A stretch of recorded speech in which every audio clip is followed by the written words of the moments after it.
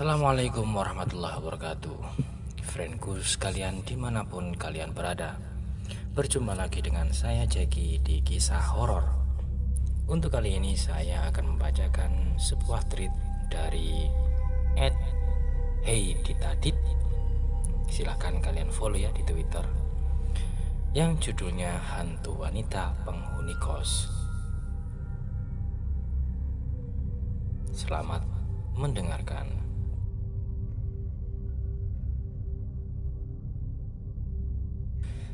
Waktu itu sekitar tahun 2015.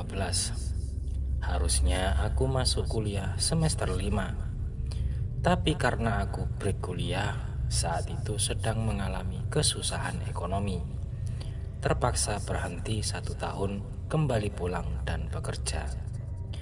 Akhirnya tiba waktu masuk semester ganjil dan pembukaan pengurusan mahasiswa aktif kembali.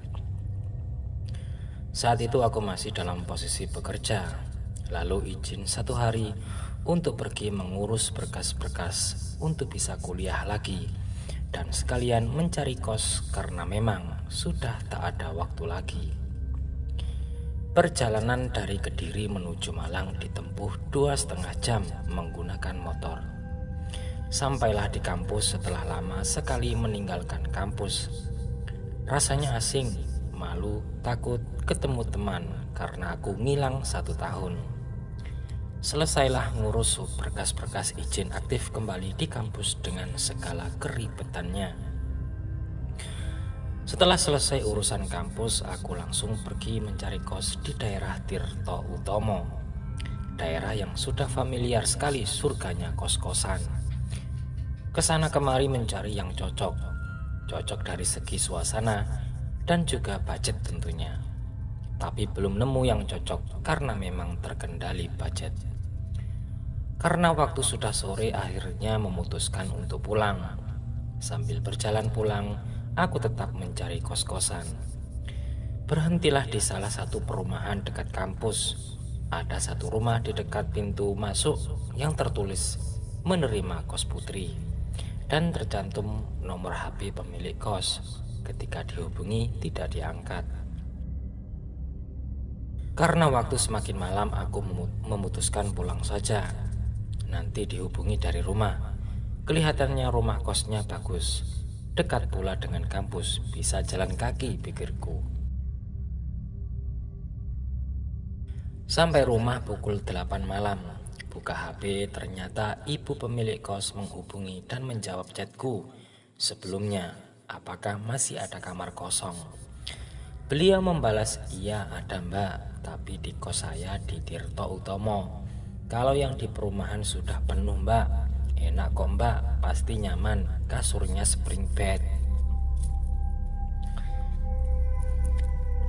Lalu aku menanyakan harganya, dan ternyata boleh bayar per semester dengan harga yang cukup terjangkau pada waktu itu, dengan fasilitas kasur spring bed. Karena zaman dulu harga segitu cuma dapat kasur busa. Tanpa pikir panjang, karena sudah tidak ada waktu lagi untuk mencari-cari kos, aku pun mengiyakan tawarannya. 3 minggu setelah mengiyakan tawaran itu, aku pun bersiap untuk bergegas. Besok pagi berangkat ke Malang, ke tempat kos yang aku pun tidak tahu gimana bentuknya, gimana suasananya. Sebelum aku berangkat, aku chat ibu pemilik kos. Bu, saya nanti sampai kos yang jam 12-an ya. Ibu kos menjawab, iya, nanti biar pembantu saya yang kasih kunci. Sementara malam ini tidur di kamar yang di atas ya. Besok kalau saya sudah pulang, tak kasih kuncinya yang bawah.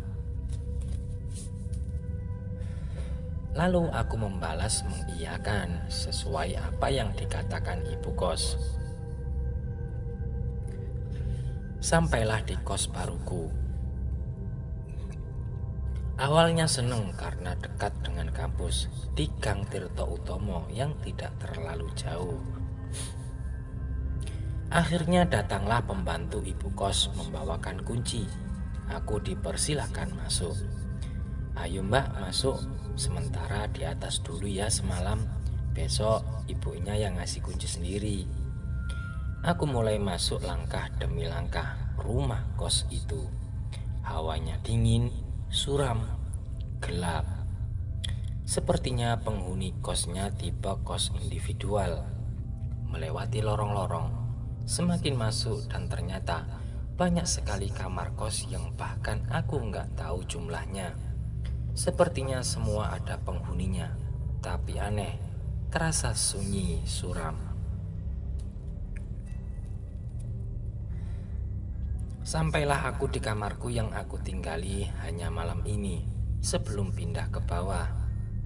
Kamarnya terletak di paling ujung dekat kamar mandi. Pertama kali masuk kamar atau bahkan masuk kosnya aja sudah ngerasa seperti banyak yang memperhatikan. Padahal suasananya sepi dan suram. Kamar yang aku tempati malam ini sepertinya sudah lama kosong. Sedikit berdebu, lantai-lantainya bahkan rusak. Dengan keramik yang banyak copot sana sini, diinjak pun goyang. Padahal aku bukan tipe penakut, tapi tidak malam itu. Malam itu benar-benar aku tidak merasa nyaman, benar-benar takut. Aku coba mikir-mikir, gak apa-apa, cuma semalam di sini, ntar pindah ke bawah. Bahkan sebelum itu aku tidak tidur karena merasa tidak nyaman, merasa diperhatikan, padahal tidak ada siapa-siapa. Setelah semalaman menahan rasa takut dengan suasana yang sunyi suram, tidak seperti kos-kosan pada umumnya yang banyak suara anak kos, padahal kamar-kamar kos hampir semua berpenghuni. Akhirnya pukul 8 pagi ibu kos datang. Bahkan suasana pagi di kos ini tetap terasa gelap. Akhirnya pindah juga ke bawah, pikirku. Aku diantarkan ke kamarku.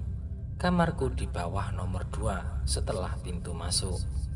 Sebelah kanan kamarku ada kamar juga yang penghuninya cukup ramah saat aku datang. "Mbak baru ngekos di sini ya?" "Iya mbak, mbak semester berapa?" tanyaku. "Wah, udah semester tua. Ini ngurus skripsi," jawabnya. Akhirnya aku masuklah ke kamarku. Cukup luas dengan harga murah. Kasur spring bed, meja dan lemari. Masih cukup luas, space kosong. Tapi sayang sekali, lantainya kotor, debu, dan kotor yang mengering. Kasar, seperti sudah dibiarkan lama sekali kosong tanpa dibersihkan.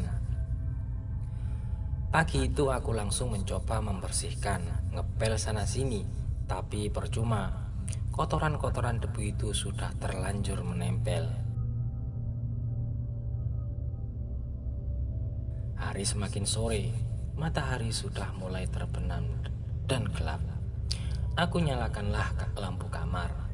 Bayangkan saja, dengan kamar yang cukup luas, lampunya cuma lampu kecil 5 watt. Semakin malam semakin suram, senyap dan lembab. Apalagi area dapur. Begitu terasa hawa yang sangat dingin, suram. Benar-benar lampu-lampu di sini seperti memang disengaja agar tidak terlalu terang. Sebelah kiri kamarku ada 2 kamar mandi. Satu kamar mandi berukuran kecil, satu lagi berukuran besar. Tapi entah kenapa sering ditutup dan jarang dipakai. Hari pertama kedua aku lewati tanpa kejadian apa-apa. Tapi setiap malam susah sekali tertidur. Setiap kali sudah hampir tertidur, tiba-tiba terbangun tiba-tiba. Lagi-lagi seperti merasa diperhatikan. Entahlah, tapi aku coba mikir positif aja. Mungkin karena masih baru di sini. Hari ketiga ini yang membuatku semakin takut.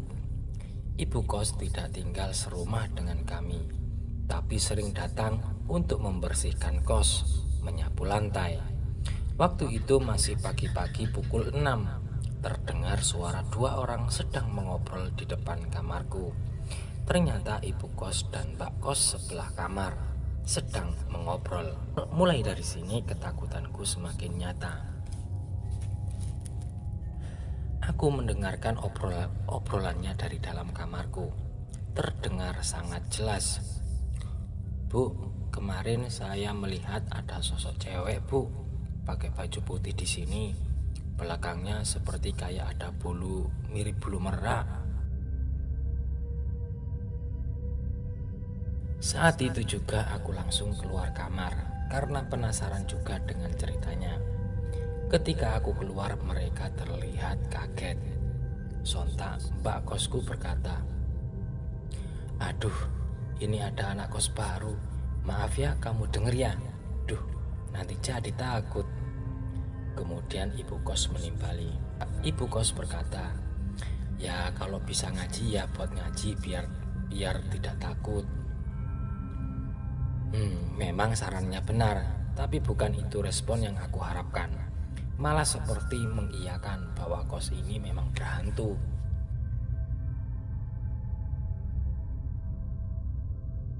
Percakapan pagi itu benar-benar membuatku makin takut. Hari demi hari aku lalui dengan rasa takut. Setiap langkah, setiap aktivitas selalu saja merasa ada yang memperhatikan. Sama sekali jauh dari rasa nyaman. Mungkin bagi banyak orang pulang kuliah adalah hal yang paling menyenangkan. Tapi tidak buatku. Setiap kali pulang kuliah capek karena saat itu pun aku belum punya kendaraan. Jalan kaki dari kosku sampai kampus. Tiap pulang sampai depan kos malah yang ada hanya rasa takut. Saat pulang kuliah waktu itu perutku sangat terasa sakit. Pergi ke kamar mandi, ternyata kamar mandi yang biasa ku pakai ada orangnya. Akhirnya karena sudah tidak tahan, aku memutuskan masuk ke kamar mandi satunya, yang selama ini entah kenapa nggak pernah dipakai, padahal lebih besar. Kamar mandi itu benar-benar kotor, seperti kamar mandi yang lama sekali tak terpakai. Dan betapa kagetnya setelah masuk, banyak cacing di dalam kamar mandi. Di ujung-ujung kamar mandi, cacing-cacing bertumpuk saling bergeliat. Benar-benar aneh, padahal tiap hari ibu kos dan pembantunya datang buat bersihin kos. Meski sekedar nyapu lantai, masa sih kamar mandi kotor banyak cacingnya dibiarin gitu aja? Tiap malam benar-benar tidurku tidak nyenyak sama sekali. Tiap hampir tertidur selalu saja tiba-tiba terbangun. Bahkan aku selalu putar ayat kursi di HP-ku, tapi malah semakin merasa takut. Setiap seminggu sekali tiap hari Jumat sore aku pulang naik bis ke Kediri. Karena Sabtu Minggu libur. Sampai orang rumah bilang, "Mbok ya pulang jangan seminggu sekali. Uangnya habis buat naik bus. Kan bisa buat beli lainnya. Kurangi aja pulangnya, jangan sering-sering." Ya aku cuma diem aja. Belum berani cerita apa-apa karena jujur malu. Masa permasalahannya gara-gara takut hantu. Tiap hari Minggu sore aku balik ke Malang. Setiap bis melaju mendekati terminal, rasanya selalu deg-degan. Ingat bakal masuk kos itu lagi. Karena aku udah benar-benar ngerasa gak nyaman dengan kos yang suram. Mau siang atau malam, suasananya benar-benar sama saja. Kamar gede tapi lampu 5 watt. Kamar gede tapi lampu 5 watt. Aku coba buat ngerubah gimana kos ini biar lebih nyaman. Waktu itu aku libur kuliah. Aku nyalakan musik kenceng, ya biar sedikit rame pikirku. Aku buka pintu kos depan, ya biar ada cahaya yang masuk, biar tidak terlalu suram dan lembab pikirku. Belum sampai 5 menit, brak, suara kencang sekali pintu menutup dengan sendirinya. Mungkin aja angin. Ternyata setiap kali aku coba biarin pintu depan terbuka, kejadian seperti itu berulang kembali. Siang itu kejadian yang membuatku benar-benar semakin ketakutan akhirnya terjadi. Yang selama ini hanya sekedar perasaan takut, ini bukan lagi sekedar perasaan. Ini nyata. Aku pulang kuliah pukul 12 siang. Tahu sendiri, di jam-jam panas yang sangat terik, jalan kaki dari kampus yang naik turun benar-benar capek. Sampai kos bahkan belum sempat berganti pakaian, aku pun langsung merebahkan badan. Dan ketika sudah mulai terlelap antara sadar dan gak sadar, aku melihat sesosok wanita dengan rambut panjang dan gaun putih panjang masuk ke kamarku, menembus pintu kamar yang tertutup. Terlihat tubuhnya tembus pandang, jelas sekali terlihat. Dia mulai melangkah maju, semakin mendekat, dan dia duduk tepat di kakiku sambil menatapku dan tersenyum. Dengan rambut panjang lurusnya, dia menatapku dengan tersenyum. Rasanya badanku kaku, sudah tidak bisa bergerak lagi. Aku coba memejamkan mata, berharap ketika membuka mata dia sudah pergi. Lalu ketika aku membuka mata, ternyata dia masih duduk di kakiku dengan wajah terus menatapku. Aku coba lagi memejamkan mataku, dan ketika membuka mata tetap saja sosok itu masih saja duduk dan terus menatapku dengan senyumnya yang dingin yang membuat setiap orang yang melihatnya merasa merinding. Dengan wajah pucatnya dan senyum dinginnya, bayangkan saja jika sosok seperti ini menatap tepat di depan kalian, bahkan duduk di kaki kalian. Untuk ketiga kalinya aku menutup mata dan brak. Aku merasa seperti ada seekor kucing meraung dan meloncat dari atas jendela dan mencakar tanganku. Setelah aku membuka mata, ternyata tidak ada apa-apa. Tidak ada kucing, bahkan sosok itu pun menghilang.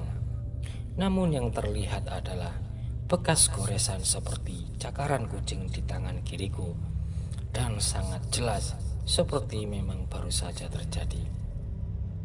Benar-benar untuk pertama kalinya dalam hidupku melihat langsung sosok di depan mataku. Yang apakah mungkin sosok itu yang sering disebut orang-orang sebagai kuntilanak. Pagi itu ibu kos datang dan aku coba meminta untuk ganti lampu kamarku ke lampu yang lebih terang. Bu, lampu kamar saya boleh diganti aja yang lebih besar. Soalnya kamarnya besar, lampu segini kurang. Ibu kos menjawab dengan jawaban yang benar-benar mengecewakan. Ya gak apa-apa, segitu aja, biar irit listriknya. Aku pun hanya diam, tidak berani membantah karena takut membuat tersinggung. Akhirnya karena aku udah gak tahan lagi dengan suasana kos yang suram, kamar yang biasanya jadi tempat istirahat malah sama sekali jauh dari rasa nyaman. Aku memutuskan membeli sendiri lampu dengan ukuran yang lebih besar. Harapannya kamar jadi lebih terang, mungkin sedikit terang. Lalu aku coba minta bantu mbak kos sebelah kamarku. Mbak, boleh minta tolong buat pasang lampu? Oh iya dek, aku juga baru ganti lampu. Ibunya tuh, masa kamar gede lampu 5 watt, kan kita bayar listrik juga. Setelah kami selesai ganti lampu kamarku, dia bertanya, gimana, betah nggak di sini? Jujur agak kurang nyaman sih mbak. Dan mbak kos itu tiba-tiba bertanya, udah lihat cewek penghuni sini ya? Sontak aku pun kaget. Lah, mbak maksudnya gimana? Iya, aku tahu kok. Aku sering lihat juga di depan sini, sering lewat, kadang di dapur. Udah gila, dia ngomong begitu dengan santainya. Sedangkan aku semakin takut lagi ditambahnya. Kamarku sekarang lebih terang, tapi bener-bener gak bisa merubah suasananya. Entah kenapa masih saja terasa suram sekali. Pagi itu suara cukup berisik dan ramai di kos. Ternyata ada ibu kos dan beberapa tukang yang sedang benerin saluran air yang mampet. Kata Pak Tukang, ini yang bikin mampet banyak gumpalan rambut, Bu. Iya, rambutnya anak-anak itu paling rontok numpuk, kata ibu kos. 2 hari kemudian lagi-lagi suara berisik ibu kos dan Pak Tukang datang lagi. Dan dengan masalah yang sama, saluran air yang mampet. Lah ini loh Bu, ada gumpalan rambut lagi. Padahal ya baru 2 hari lalu dibersihkan loh. Ibu kos terlihat kesal dan menjawab, duh, kos ini yang ngabis-ngabisin duit, ada aja yang rusak, ada aja pengeluaran terus. Hari-hari terus berjalan dengan penuh ketakutan. Setiap malam selalu aku putar ayat kursi dan ayat-ayat Al-Quran di HP. Aku biarkan sampai aku tertidur, meskipun selalu saja hampir selalu terbangun dengan rasa kaget, padahal tidak ada apa-apa. Sudah dipastikan setiap hari Jumat aku pulang ke Kediri. Ya meskipun selalu diingatkan untuk tidak terlalu sering pulang karena ngabis-ngabisin uang buat ongkos bis. Tapi minggu itu aku tidak pulang karena ibuku mengunjungiku dan menginap untuk beberapa hari. Siang itu ibuku datang dan aku menjemputnya di terminal. Jalan kaki, ya karena tidak ada kendaraan dan jalan ke terminal cukup dekat dengan melewati jalan pintas di gang-gang sebelah kos. Tepat sore saat azan zuhur kami sampai di kosku. Kalimat pertama yang terucap dari ibuku adalah, kosmu kok gelap suram gini, nyalain lampunya. Lalu aku menyalakan lampu dan ibuku menyaut, ya tetap gelap ya. Pagi itu pukul 8 aku berangkat kuliah. Terpaksa aku meninggalkan ibuku sendiri di kos. Bu, aku berangkat ya, nanti pulang siang. Kalau mau beli apa-apa di depan itu loh, jalan aja banyak toko. Iya, hati-hati, gampang nanti ibu kalau butuh apa-apa tak cari sendiri. Pukul 10 ibuku bergegas mandi. Rencananya setelah mandi mau jalan ke depan mau beli makanan. Belum selesai ibu mandi dan masih di dalam kamar mandi. Bu, ibu. Ibuku langsung menjawab, ya bentar, kok udah pulang, katanya pulang siang. Pukul 12 siang aku pulang. Panas terik dengan jalan kampus yang naik turun, capek sekali. Biasa orang menyebutnya Universitas Munggah Mudun, atau dalam bahasa Indonesia Universitas naik turun. Pasti tahu kan yang kuliah di Malang. Sampai di kos aku langsung masuk kamar dengan muka lelah. Ibuku duduk di tempat tidur dan aku langsung merebahkan badanku. Tadi tak kira kamu udah pulang. Pas ibu mandi ada yang manggil, Bu, ibu. Ya persis suaramu. Pas keluar gak ada siapa-siapa. Sontak aku kaget mendengarnya.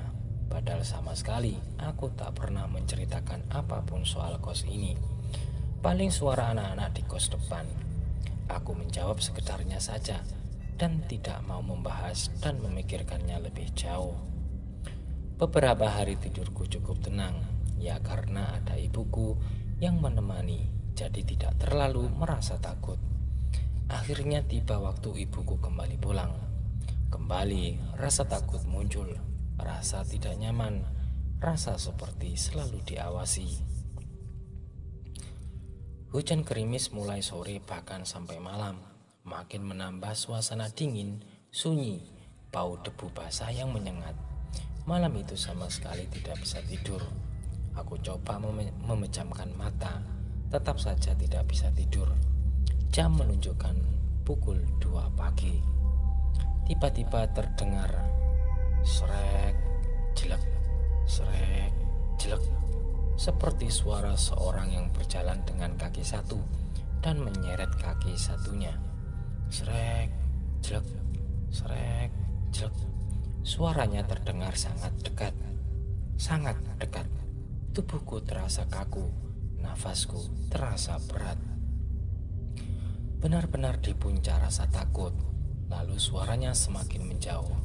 Terdengar jauh. Sudah pergi pikirku. Namun tiba-tiba aku teringat, kata orang, jika suara itu dekat maka artinya sosok itu jauh.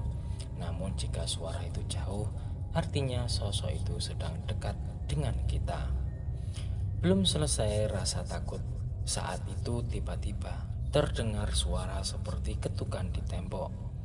Entah dari mana asalnya, tapi sepertinya bukan dari tembok kamarku, seperti dari arah dapur. Duk, duk, duk, duk, duk, duk. Ketukan 3 kali berhenti, lalu ketukan lagi dengan irama yang sama. Duk, duk, duk. Aku hanya bisa menahan rasa takut dan membaca doa, apapun doa yang aku bisa. Dan terus aku ucapkan. Suara itu perlahan menghilang. Azan subuh terdengar. Saat itu aku merasa lebih tenang dan lega. Suasana pagi yang tetap terlihat gelap di kos yang entah kenapa suasananya seperti ini.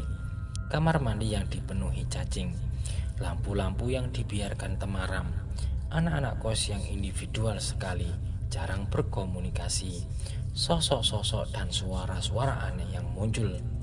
Dan aku memutuskan tidak akan melanjutkan kos di sini. Nanti setelah habis masa kosku selama 1 semester, aku akan pindah saja dari sini. Hari mulai siang dan hujan deras. Rintik suara dari atap terdengar kencang sekali. Belum sempat aku keluar membeli makan, untung saja masih ada persediaan Indomie kuah soto. Aku bergegas menuju dapur untuk memasak mie. Asal kalian tahu, tempat yang paling membuatku takut adalah dapur, karena gelap, tanpa ada sumber cahaya, terasa lembab. Rasanya ingin cepat-cepat selesai urusan di dapur dan segera pergi. Akhirnya selesailah Indomie kuah soto dengan aroma soto yang khas, yang masih panas rasanya akan sangat nikmat. Apalagi di saat hujan seperti ini. Aku mengangkat mangkok miku dan membalikkan badan. Betapa terkejutnya, sosok wanita berdiri di pojokan dapur dengan baju putih menutupi kakinya. Rambut panjang yang dibiarkan tergerai, wajah yang pucat menatapku, dan mulai tersenyum. Tersenyum semakin lebar dan tertawa cekikikan seperti merasa sangat puas. Beberapa detik aku terdiam. Lalu seketika aku langsung lari menuju kamarku dengan mangkok isi kuah yang masih panas tumpah-tumpah terkena tanganku. Hari itu juga aku memutuskan untuk keluar dari kos dan menginap di kos temanku. 2 hari kemudian aku kembali ke kosku untuk mengambil barang-barangku dan pergi tanpa memberitahu ibu kosku. Biasanya saat siang ibu kosku tidak pernah datang ke kos. Namun saat aku akan pergi membawa keluar barang-barangku, ibu kosku datang. Loh, mau pindah? Kok nggak bilang-bilang dulu? Tahu padahal kemarin banyak yang nanyain kos. Duh, gimana sih? Iya, aku memang salah, tapi terserah, aku tidak sempat memikirkan lagi. Yang penting aku harus keluar dari kos ini. Meskipun harus rugi bayar 1 semester dan hanya menempati 3 bulan. Akhirnya aku pindah ke kosku yang baru.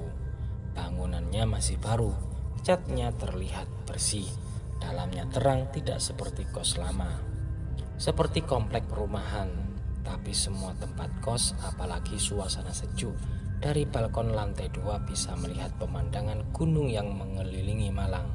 Sebelah kos baruku persawahan yang ditanami padi, terlihat hijau segar, dan belakang kos baruku adalah kuburan. Waduh.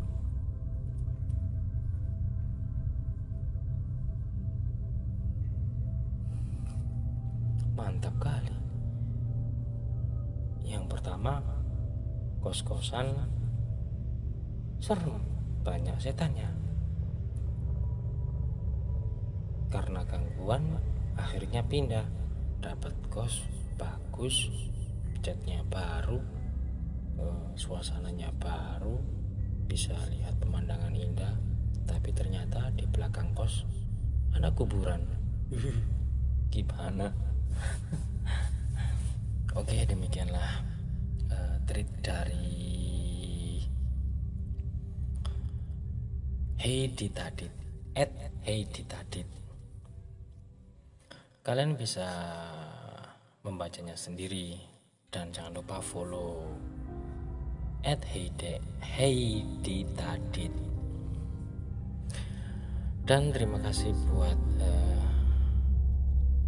Heidi Tadit sudah memperbolehkan saya untuk membacakan cerita ini untuk kalian dengarkan. Oke, terima kasih. Semoga cerita ini bisa menghibur kalian semua. Saya akhiri. Selamat tidur, selamat istirahat. Semoga malam ini kalian tidak mimpi buruk. Assalamualaikum warahmatullahi wabarakatuh.